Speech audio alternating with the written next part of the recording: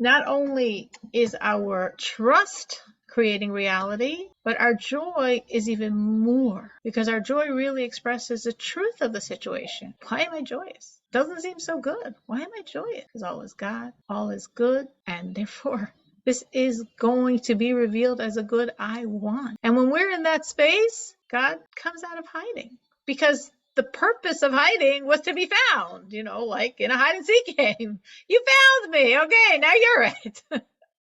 God's hiding for us to last week, creating miracles. Foundational tools of creating miracles are charity and psalms, Tehillim, adding, especially in areas that we really see the relationship between what we're doing and the thing itself. And we spoke about adding in things that are really difficult, because obviously whatever's difficult to us makes a big difference, has a big impact by God. And we spoke about trust. Trust creates reality. And as we trust, that which we're trusting can happen because we're trusting. The trust is creating the reality. Thought about both Chava and Menucha's examples a lot over this past week. Really, really, really powerful examples of how we do our end and God responds with his. In very significant areas of our life, we do our end, we create the miracles. We partner with God in creating miracles. Sometimes it's hard, because sometimes life is hard. And when life is hard, it's hard to feel this as God. And if you do feel it as God, it doesn't feel like a very good God. And if you don't feel it as God, then you're feeling that it's just happening. It's just random. It's just circumstance. Like, what's going on? We said metaphorically, we view this as God hiding for us to find him. And we find him by trusting, by being joyous, by adding more. Not only is our trust creating reality, but our joy is even more, because our joy really expresses the truth of the situation. Why am I joyous? Doesn't seem so good. Why am I joyous? Because all is God, all is good, and therefore this is going to be revealed as a good I want. And when we're in that space, God comes out of hiding, because the purpose of hiding was to be found, like in a hide and seek game. You found me. Okay, now you're it. God's hiding for us to find him. When we're trusting, we're finding him. When we're in joy, we're embracing him. There's no purpose to hide anymore. So we said that our joy causes the good hidden within the packaging to emerge, the disguise to be dropped, the good to surface. And then we said, well, why does God do this? And we spoke about the whole concept of a test, and how a test is not to know where I'm holding and what I feel and my level of commitment. God knows more than me. It's to elevate us. It's to raise us. Because as we go through the process of the test being, will you give up on me? Will you forget about me? Will you think I abandoned you? Will you get distracted? Will you despair? Or will you search for me? Will you find me? Will you trust it's me? Will you be calm because it's me? Will you be joyous because it's me? To do all that takes a lot of inner strength. We all have it. We have enormous inner strength. And when we're squeezed, when we're tested, when we're challenged, that inner strength comes out. And it becomes part of our working reality. It's how we function. That's why God tests, to enable us to be the people we're capable of being if we really pull out on ourselves. And that is, I think, the point we were really focusing on at the end, which is growing as we go through these experiences. Of course, the experiences I'm talking about are the experiences of life. Of course, we all go through them. And sometimes we grow, and sometimes we stumble, and sometimes we strip, and sometimes we fall flat on our face. But fear not, we just pick ourselves up and keep moving. Because if we don't, something else is going to happen. God doesn't give up on us. He does not give up on us. So he'll always give us another opportunity. So therefore we say, God, I got it. I got the message. I got the point. I know it's you. I'm working on my calm. I'm working on my joy. Because if I really know it's you, I'm calm. And if I really know it's you, I'm joyous. How could I not be joyous when it's you? It's going to be amazing. So what I'd like to do now Because we did discuss this last week, and we really, I'm saying, had such amazing examples that I hope really inspired everyone as much as they inspired me. So, and I definitely was thinking about this over the week personally and reflecting on the examples. So I'd love if everyone now could select something, one thing. You want more? Okay, but really I prefer one just to focus. One thing that you're going to have positive, trusting thoughts on. Trusting that God will make it all work out. And really, if we could take the time now to envision ourselves in the stressful situation, really feeling these positive, trusting thoughts. It helps to sort of prepare when you're not in the stress. So when you're in the stress, maybe you have some muscle memory, maybe we've gone through it, so it's more natural. And we can really maintain our calm and our joy. Find God, pass that test, pull him out of his disguise. I think before we start, I just want to mention one other point, and then I'd like everyone to think of something that they would like to focus their trust on. What I find for myself is it really helps to remember previous situations when God came through. Hopefully we all have situations we can remember when God came through, when it seemed rough, when it seemed tough, when it seemed like it would fall apart, when it did fall apart, and then something happened. God came through and it worked out. So when you think of that, I personally have many, many examples. Maybe I have a very high stress life, but I have many examples, little ones, huge ones. God came through. And when I think of those times that God came through, as I'm going through whatever I'm currently going through, I'm like, came through. He came through. He came through. And so too now. So it sort of like picks up your trust, your own personal memories. Now, obviously, if you don't have your own personal memories, you can think of other examples that other people said, but for you personally, the strongest thing is your own memories. Because otherwise, that little voice of the doubter, of the skeptic, of the fearful one says, it works for her. It works for her. Maybe it works for everyone but me, but it doesn't work for me because I don't know why. I'm not worthy. I'm not spiritual enough. I'm not holy enough. I don't know why. It doesn't work for me. So that's why it's good to quiet that voice inside of you to say, it works. I've seen it work. I've seen it work. I've believed. I've trusted. I've been joyous. Maybe I've added for sure. I believed. I knew God would come through. I knew God would come through. I knew God would come through. And God came through. And no matter how much you believe, when God comes through, it's still amazing. And sometimes you have to put a lot of work in. But he came through. It was amazing. Anyone just let's do this as preliminary to what I really want to do. Just raise your virtual hand when you can remember any time by you when he came through. When it was hard and he came through. It worked out beyond anything you could have imagined. God came through. I'm confident that every person here, once or multiple times, far more than you can count, was going through something and God came through. I don't know if it was God or not, but my mother was very sick. And once, we always go into Maimonides hospital because, well, in my opinion, it was better hospital. And once they could not make it, so they brought her, she was unconscious, and they brought her to Coney Island Hospital. And I was against this hospital because of bad reputation. But they didn't have a choice. And I don't know if it's God or not, but it was a Russian doctor, and she saved her. It was a miracle.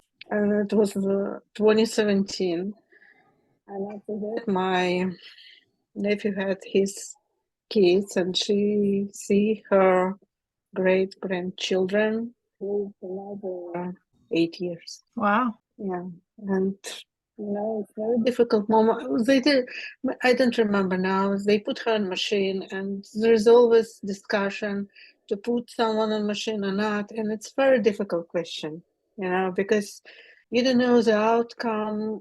But in my case, it did work, and she had productive 5 years of life. She was holding kids and enjoying life. So, but it was a miracle. Yeah, it's God comes through. He does. Sometimes in the most unexpected ways. Yeah. Yeah. It says God gives doctors the power to heal. Whenever doctors give a negative prognosis, we reject it. We say that's out of your job description. It's not part of your authority. Your authority is to be God's tool to heal. And when through the doctor healing comes, we thank God. Always. I mean, not Ellen's raising actually an interesting question. Why are you calling it God? It happened, it happened, even though maybe it wasn't supposed to happen, it wouldn't be expected to happen. It really wouldn't be expected to happen. I guess the less it's expected to happen, the more it seems that, well, God But came I don't through. know. It was a coincidence that at that day and time, this doctor, it was her. mm, she was working there, because if it wouldn't be her, maybe we will have different outcome. That's very But true. she put her skills, and it just was a coincidence that she was working there, and she put right diagnosis and right treatment after, and they saved her, and I was shocked. That's what we call, in the Hebrew, we call it hashgacha pratis, which means everything in this world, down to the movement of a blade of grass, is very specific divine providence. So the fact that that doctor was there, the fact that your mother got that doctor, the fact she should have gone to Maimonides, but she went to this hospital, and this doctor had the right diagnosis, even though other doctors didn't, and this was the right course of treatment, and it could have been this one, but it was that one. All of those myriads of details, far more than any of us can ever fathom. That's the precision of God's hand.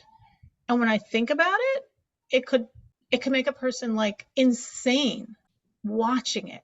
And I think definitely in my own life, I can see like so many back steps to reach that point.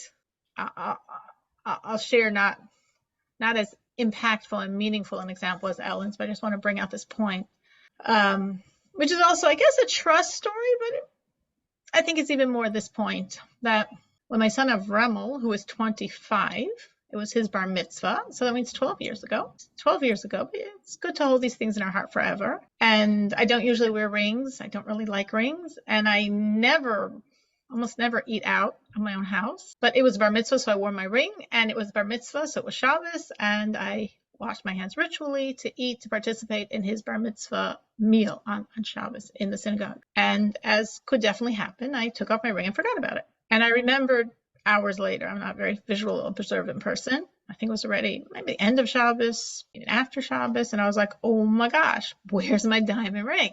And of course I knew it. Well, I was taken off in the synagogue. I understood that right away, but I couldn't deal with it because it was his celebration, Saturday night. I said, just put it out of your head. This is his time. Let him shine. You'll deal with it after.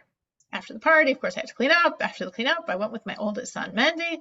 I said, Mendy, we have to go search the synagogue. And we searched, and we couldn't find it. A ring's a little small thing. And I'm like, okay, Mendy, we've got to go through the garbages. A lot of garbage bags, a whole synagogue celebrating. We opened every garbage, searched through every piece of garbage. It was not there. Okay, it has to be here. I'll come back. I came back, searched again, couldn't find it. I might have gone a third time. I don't remember. It was 12 years ago. All right, that's it. Contacted my insurance company. It was insured. Got the money, which of course promptly went to expenses before I could blink. And that's it. That was in December. In June, a woman from the synagogue contacts me and she says, I think I have your ring. I'm like, you don't have my ring. I lost in December. It's June. In the course of which someone else had told me she thinks she found my ring, like it was like probably something from Claire's. I'm like, you don't have my ring. Came to my house and she had my ring. And I'm like, what's going on? She said, I guess that day when I left it, her daughter, I don't know how old her daughter was at the time, saw this pretty ring and put it on her finger and came home with it. And nobody paid any attention. Okay, there's lots of girls that have little pretty shiny rings. Nobody paid any attention to it. Anyway, that was December. Somehow, now here's where God's hand comes in. Somehow, from December, this little girl wore my ring every day. Didn't slip off her finger. She didn't trade it for a candy bar. She didn't lose it in the park or in the sandbox. She just every day is wearing my diamond ring. And then I guess at some point she lost it. Okay, she didn't think about it much, and nobody did anyone else either. It's before Passover, and they're cleaning their house.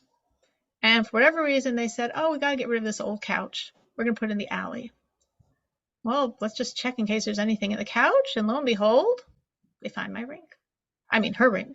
Like, oh, we found your ring. Oh, okay, good, thank you. They throw the couch in the alley. And then, as they continue cleaning for Passover, they pick up the mattresses. And there again, there was my ring under a mattress. Oh, here's your ring. Oh, okay, thank you. So the little girl continues wearing my ring. And I guess in June, her teacher says to her, she's been wearing it since December. Her teacher says, that has to be a real ring because it would have turned green by now. Like, there's no way it could still look as nice as it does. It must be real. Go tell your mother that's a real ring. So she comes home and she tells her mother, Mommy, my teacher said it's a real ring. Not really even, what does that mean? The mother looks at it and she's like, oh, wow, it really is real. And then the mother's thinking, a diamond ring. Like, how did my daughter walk around with a diamond ring? Okay, she's totally forgotten that she picked it up one day in synagogue months ago. And she's like, oh, I remember after my mother passed away, my mother gave me her diamond ring. And I had my own diamond ring, and someone I knew didn't have a diamond for his bride. So I gave him my ring. And then I remember he sent it back to me at a certain point. This must be it. So here's my ring, which she's about to put in her jewelry box and be lost forever. And she's telling the story to her husband. And her husband looks at it and he's like, that doesn't look anything like your mother's ring. He said, you know what? I remember hearing Mrs. Turin lost her ring. I bet it's Mrs. Turin's ring. Then she asked my husband what my ring looked like, but of course he didn't know. So then she reached out to me directly and she brought me my ring. And I was thinking, oh my, look at all the steps God was taking for months to watch my ring. That she didn't lose it in the sandbox, that she didn't trade it for a toy, that it was not sitting in the alley with the couch, that it's not buried under a mattress forever, that it's not in this woman's jewelry box. God was step after step after step watching. I was oblivious. I mean, I wasn't sitting there mourning. I had moved on in life. But he's still watching. And it's true for all of our lives. Sometimes we know the story. Sometimes we don't know the story. I mean, whatever. I can think of many other stories right now. Just something else that happened in my life popped in my head. But I think one story is probably enough. But it's all of our lives. And sometimes we don't know. Like Ellen doesn't know why that doctor was there that night or day. And is it normally her shift? And is she normally there? And we don't know, but sometimes we know a little bit, and it gives us like a glimmer to all the ways God puts this and this and this and this and this in place so that the miracle can naturally unfold. So I just want to follow Ellen's point, even though it wasn't exactly where I was going to go, but I think it's a very, very important point to focus on. This was all the backstory to what I wanted us to do. Anyone else had such a situation where something happened and they had to think and process and say, yeah, this was God. This was God. There's sea splitting God and there's my ring being found God. It's both God. Anyone else? Anyone have something they could share that they just really said, no, this was God? Many things, as you said.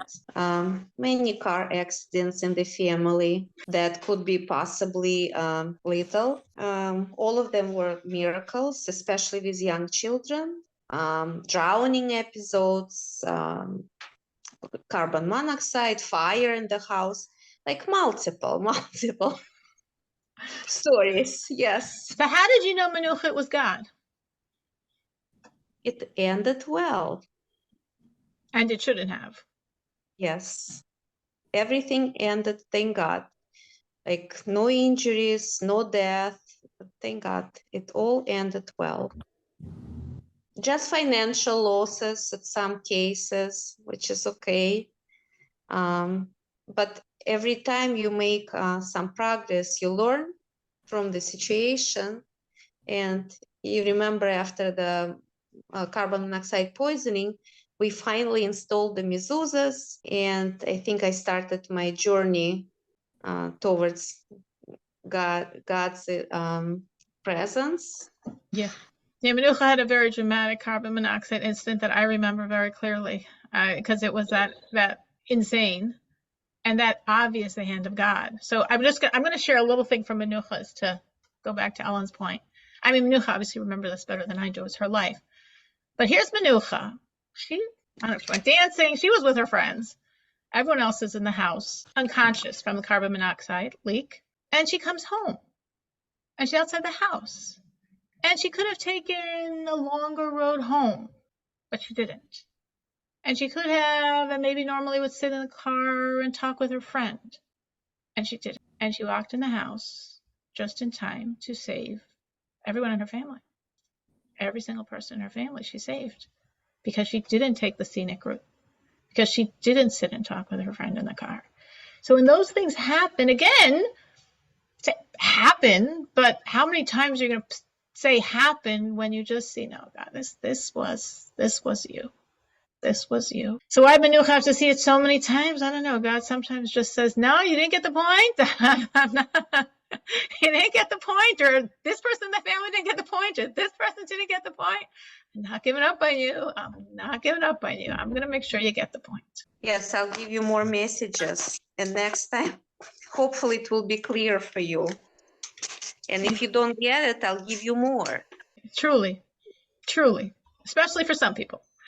God, some people, he's just like, I'm not giving up. I'm not giving up. Just have to give you more. And we're like, no, we got the point. We got the point. We got the point. We don't need such dramatic reminders. We got the point. But we all have reminders, some more dramatic, some less, and something that happened, like Nucha saying that one time, obviously I said there were others, and with her son, and many other situations. And I was saying with her mother, so many. I literally, as I've shared, I keep a Word doc of my miracles. It's like 30 pages by now. Just, I write it down because I always want to remember. And not only I want to remember, of course, I could pull out the details. I mean, I can pull out the details of Menucha's story. I can't pull out the details of my own story. But sometimes I just need to get into that space and just really feel what happened. And when we're in that space, going back to what we're supposed to be talking about, it so much strengthens that confidence and certainty. And so too now. You came through here, God. You came through here, God. You came through here, God. And so too now.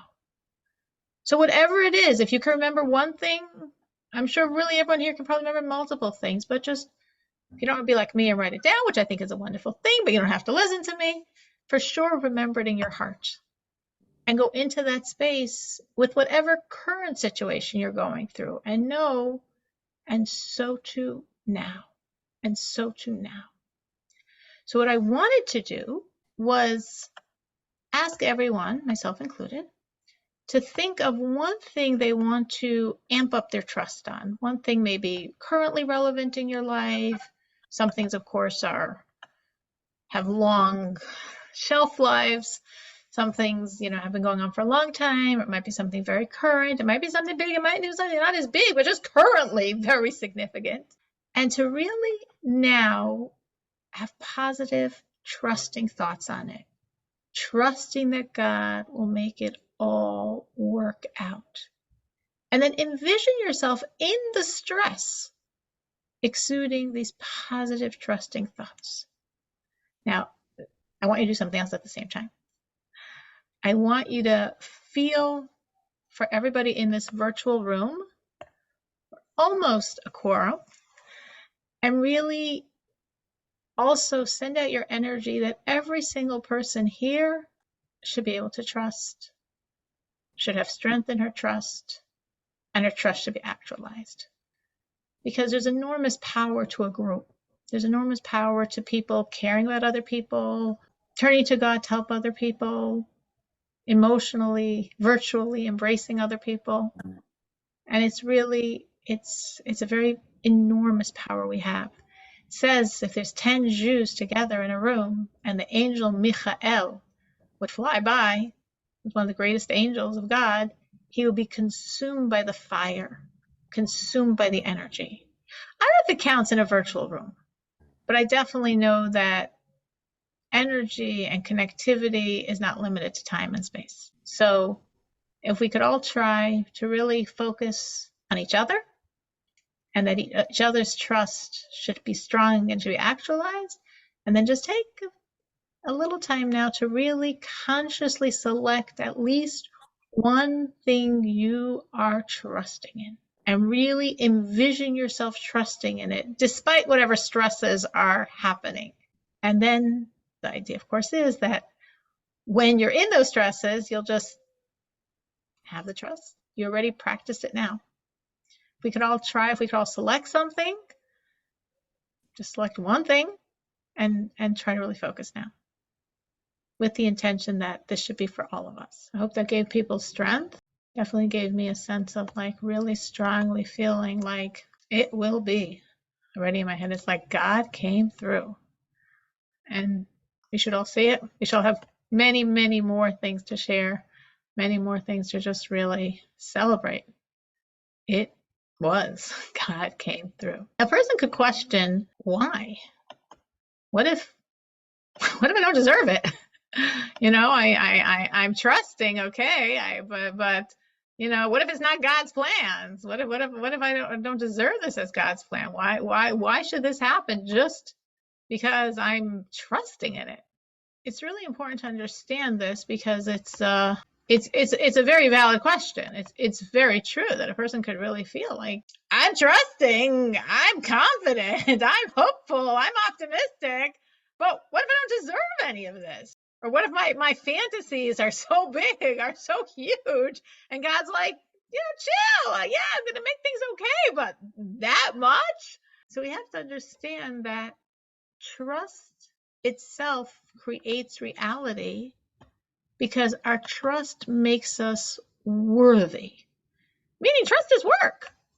Trust is work of really prioritizing God, believing in God, not world. Not saying, I don't know what you could say about my ring story, but I guess you could say, it happened. Or Manucha's carbon monoxide, or Ellen's mother. It happened. Sometimes it happens like this, and sometimes it happened like that. It happened. Trust is, it's God. Every detail is God. There is nothing but God. It's happening because God is scripting every single tiny step. And sometimes that's more natural to feel and see, and sometimes that's hard. And sometimes you can feel it, and then you lose it, and then you feel it, and then you lose it. And sometimes things schlep. They take a lot longer to resolve. And maybe you're strong, but then they keep happening and happening and happening, and it doesn't seem like when is when. And sometimes that makes it really hard. So trust is work. And that work makes us worthy. And it can even make other people worthy. Meaning often, as mothers for sure, the stressful situations we're thinking about might not be our own lives, but it could be the lives of our children. And then a person can feel like, I'm trusting this is going to work out for my child. I mean, I'm trusting, fine, but it's my child's life. You should never know. You can really bring merit to someone else. And your trust can create the reality for your child or someone else in your life that's very significant.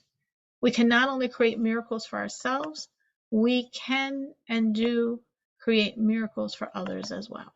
That is part of our ability, part of our arsenal. So we can trust and be worthy because of the trust. And even if it's for someone else, not for ourselves, our trust can make them worthy and create reality. And then we said that we don't just want to trust. Not that trust is just, but we want to ascend to joy. When you're joyous, you see things so positively, it actually creates a joy above by God as well. Whatever happens above is mirroring what happens below. Whatever we're doing creates what happens in the supernal realms. And we know that joy has an enormous power. The sages tell us joy breaks through boundaries. When you're in a joyous state, you're capable of things you wouldn't otherwise be capable of. When a joyous thing, you shine. I've seen so many people like by their child's wedding, and they're shining and they're beautiful. I'm like, oh my gosh, I never realized this woman was so beautiful. But when their state of joy, it's just the light shines and all the boundaries are broken. Barriers are shattered by our joy. And the same thing is true above in the spiritual realm. There's also barriers, limitations, rules. There are rules that govern the spiritual worlds. And the basic rule is when you do good, you receive the benefits, helps you continue doing good. And when you don't do good, things happen to make it obvious that you should change. And that's the rules, which means basically you get what you deserve. But joy below creates joy above. God is joyous. And when God is joyous, the joy breaks boundaries. So we can have revealed transcendent dimensions not bound by the rules. Positive things can happen even if we don't deserve them. We can shatter those rules and get past those rules and draw down things that wouldn't work with the rules because of our joy, because of our trust, because of our confidence that God is coming through. So really, in a sense, joy is more powerful than trust. Trust creates reality, but joy shatters those boundaries, shatters those barriers. So they're good partners. Or to be more progressively expressing it in order, sequentially expressing it, we work on trust, on being calm, on being certain, on being confident. And then when we really are feeling that trust, we're joyous. We're joyous because it's like, oh my gosh, this is really happening. This amazing thing is happening. This wonderful thing is happening. Maybe the rest of the world doesn't know. Maybe the rest of the world feels bad. Maybe the rest of the world is nervous, or anybody in the world that's affected by my situation. But I know it's really, really, really good. I know it's exciting. I know the secret. I know it's going to be. I can't tell you the details. God generally doesn't listen to my script anyway. So I can't tell you the details, but I know it's going to be amazing. And that's worth celebrating. That's worth feeling such a joy over. And really, to have that emotion, you have to look at the world and see it's good. And sometimes it helps to just put things in perspective. Don't get thrown by the details. Sometimes the general picture is excellent, and this detail is bothering you, and this detail isn't good, and you just have to say, I'm not going to worry about the details. I'm going to be joyous in how good overall my life is right now. And sometimes you don't feel your life is very good now, and you can say, well, I'm trusting God. This is the road to great good, materially, physically, spiritually, emotionally. I'm earning it by my trust. This is the road. Sometimes it helps to sort of, when you're looking at your life and not feeling so great, like write it down. Write down the good. Write down the other stuff. And then you can sort of look and say, what's the totality of my life? Because again, sometimes it's not a little detail. It's significant. But then you look and see all these significant pieces that really are working and you could be really grateful for. And you can reflect and remember, well, this one wasn't always working, and this has shifted, and this has shifted, and this has shifted, and this is still not good. This still needs to shift as well. But I can still see the totality. And I can still appreciate that the totality of my life is good and getting better and better. Sometimes it helps when we think, like we were saying before, of the past, of God's kindnesses, miracles, blessings, to look at our life and feel grateful, to look at our life and feel blessed. Because if I'm looking at my life and feeling blessed, then whatever I'm going through, I look at it differently. If I'm looking at my life and feeling grateful, then again, whatever I'm going through, I'm grateful. I'm aware of how good my life is. So also this, like it's part of the picture of my life. So if so many things in my life God is making work, and I'm grateful to God for this working and this working and this working, I'm grateful to God. So this piece is part of that picture. The Lubavitcher Rebbe gives a metaphor. If you can imagine, if you went into this mansion, building of many, many, many rooms, and each room is beautiful.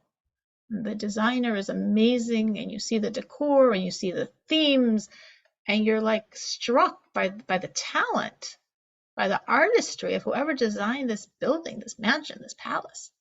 And you go into room after room after room. And then you come into a room, and it's a mess. It is a mess. No artistry, no beauty, a mess. You're like, wait a minute, all the rooms before were unbelievable. Okay, maybe now it's a mess, but no, you keep going. All the other rooms are also beautiful.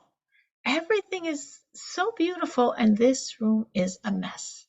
How do you process this room? I think, listen, obviously the same designer, I see his handwork, I see his fingerprints. In every single other room, this must be part of the handwork of this designer as well. He's in the process, he's in the middle of designing it, he's in the middle of constructing it. It hasn't meshed yet. He's waiting for some materials. He needs the right fabrics. He needs the right paint. I don't know. But if I see 1,000 other rooms, I know I could trust him in this room as well. And that's a metaphor. Our life is much more significant than that metaphor. But when we look at our life and we see how God came through here, and we see his blessings here, and we see his kindness here, and we see his compassion here. So when you're looking at one space of your life and you don't see it, you don't see the blessing, and you don't see the kindness, and you don't see the compassion, and you don't see God, you're like, wait a minute, here God's abandoning me? Every other area of my life I see God, and here he like the moose? He doesn't exist? He's spaced out? It's the same God. It's the same God.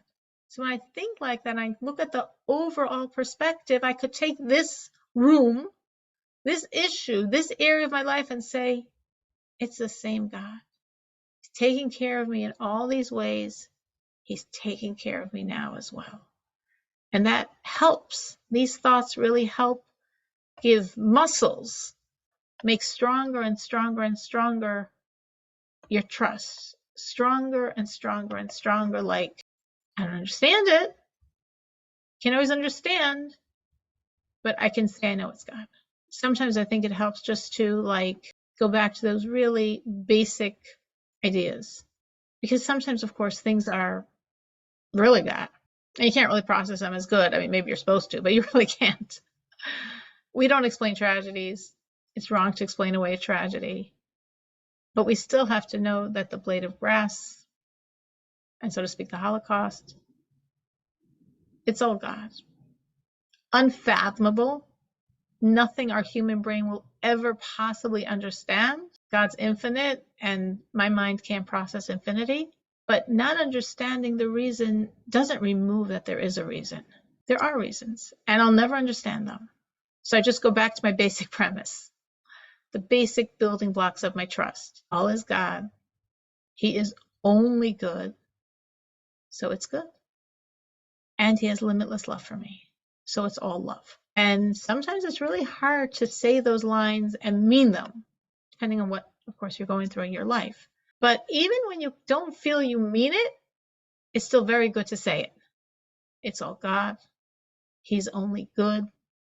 It's all good. Just those words I sometimes just keep repeating. I know they're true, but sometimes I need to repeat them many times for the truth in them to help pull out my own strength and my own calmness and my own trust and my own joy. And I remember that he has limitless love for me, because otherwise you could think, well, he's all good, but I'm undeserving, I'm not on his love list. Why should he? No, I don't always have to be deserving. Every single Jew is God's only child. God's relationship to every single one of us is as his only child. It's good to be deserving, so to speak. It's good to do good. But God's love isn't limited to what I'm doing. So it's all God. He's only good. This is good. And his love for me is limitless. And then if I need to, I'll say it again. And I'll say it again.